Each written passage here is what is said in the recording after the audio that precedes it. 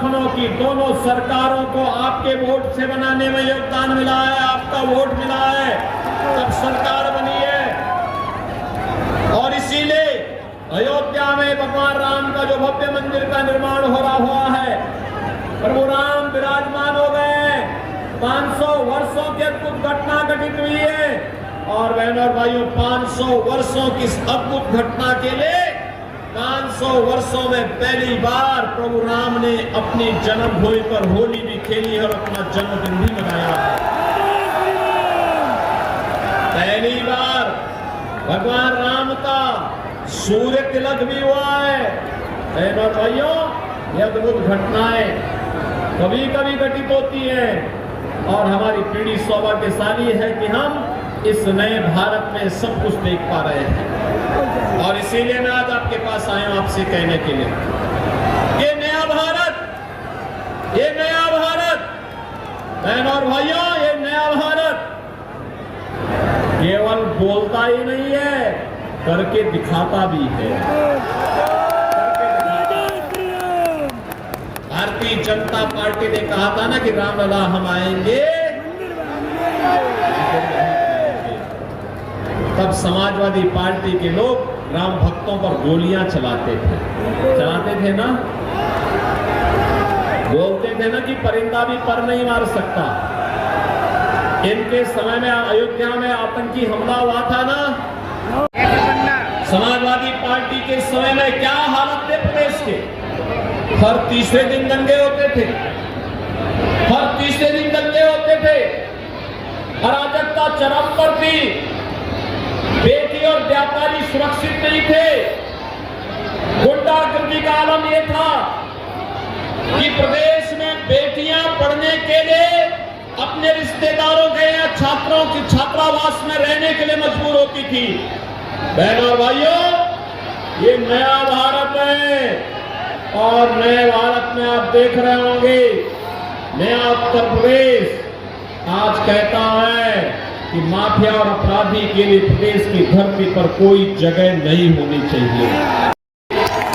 आज माफिया और अपराधियों को उनकी जगह ठीक बता दिया गया है, लेकिन समाजवादी पार्टी की संवेदना किसके प्रति है?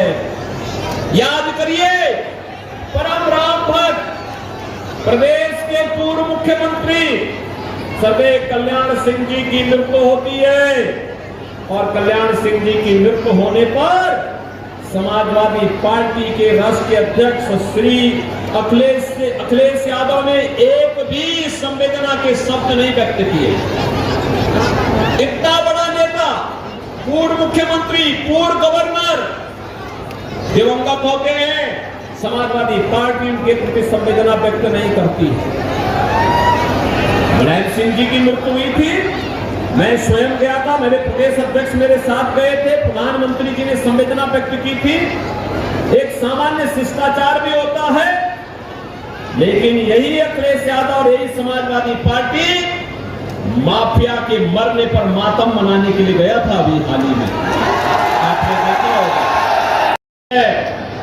राम भक्तों के प्रति नहीं है, राम मंदिर के प्रति नहीं है, भारत के प्रति नहीं है, इनकी संवेदना आतंकवादियों के प्रति है, इनकी संवेदना माफियाओं के प्रति है, इनकी संवेदना अपराधियों के प्रति है, इनकी संवेदना भारत के खिलाफ जो वक्तव्य देते हैं उनके प्रति है। और इसीलिए हम लोग आए आपसे कहने के लिए कि बहनों और भाइयों, ये चुनाव मात्र चुनाव नहीं है, ये चुनाव तो भारत की तस्वीर और तकदीर को बदलने के लिए मोदी जी के नेतृत्व में हुए हर इस प्रयास को एक नई गति देकर के आगे बढ़ाने का चुनाव है। जो रामद्रोही हैं, वे भारत के खिलाफ षड्यंत्र रच रहे हैं, आपके खिलाफ षड्यंत्र रच रहे हैं, देश के खिलाफ षड्यंत्र रच रहे हैं। जो राम भक्त हैं, वे भारत के अंदर एक नए इतिहास के मोड़ पर खड़े हैं। इतिहास का ये मोड़ मोदी जी के नेतृत्व में सरकार बनने के लिए इसलिए खड़े हैं कि हमें एक नया इतिहास बनाना है और वो नया इतिहास होगा भारत को दुनिया की सबसे बड़ी ताकत के रूप में स्थापित करना।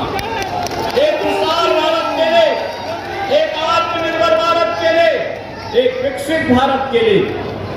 खुशहाल भारत का मतलब हर गरीब के पास अपना मकान होगा, अपनी सारी सुविधाएं होंगी, कोई गरीबी नहीं होगी, हर नौजवान के हाथ को रोजगार होगा, हर अन्नदाता किसान आत्मनिर्भर होगा, हर महिला।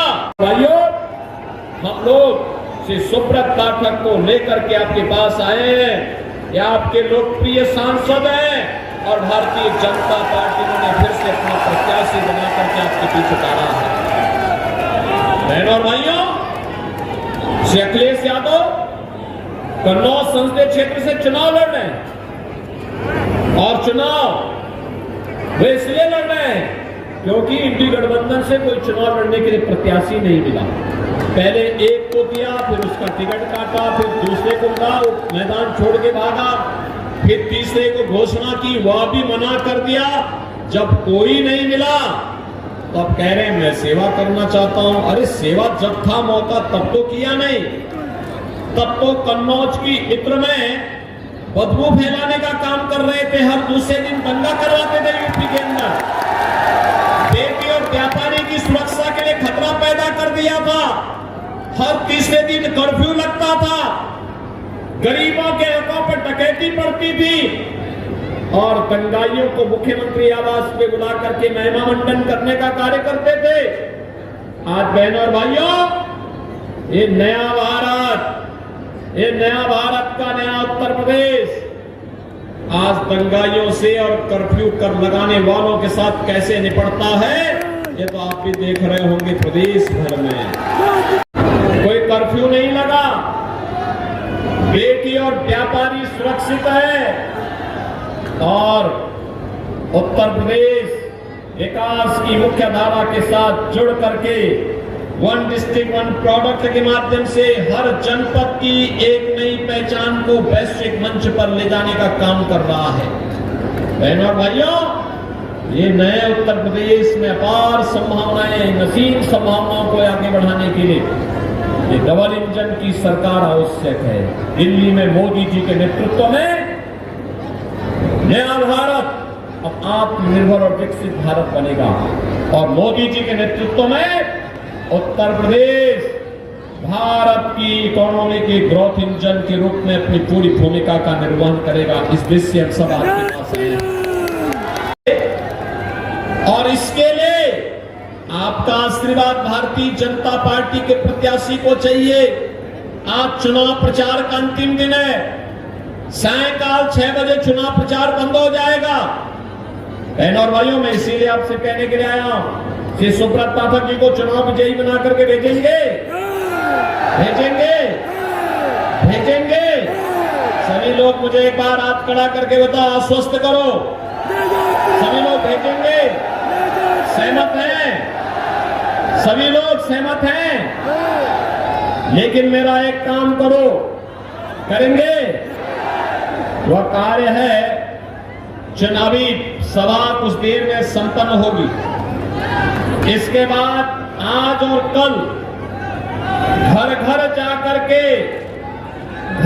जाकर के जनता जनार्दन से अपील करना है। और अपील क्या करना है? पहले घर घर जाएंगे, स्वयं सुब्रत पाठक बनेंगे और घर घर जाकर के अपील करेंगे जनता जनार्दन से। कहेंगे हमें राम भक्त चाहिए, राम द्रोही नहीं चाहिए। बोलेंगे ना? हमें विरासत और विकास का समन्वय करने वाले लोग चाहिए और इसके लिए कन्नौज से सांसद सुब्रत पाठक बने और प्रधानमंत्री मोदी जी बने, क्या आवश्यक है? इसको मिलाना है।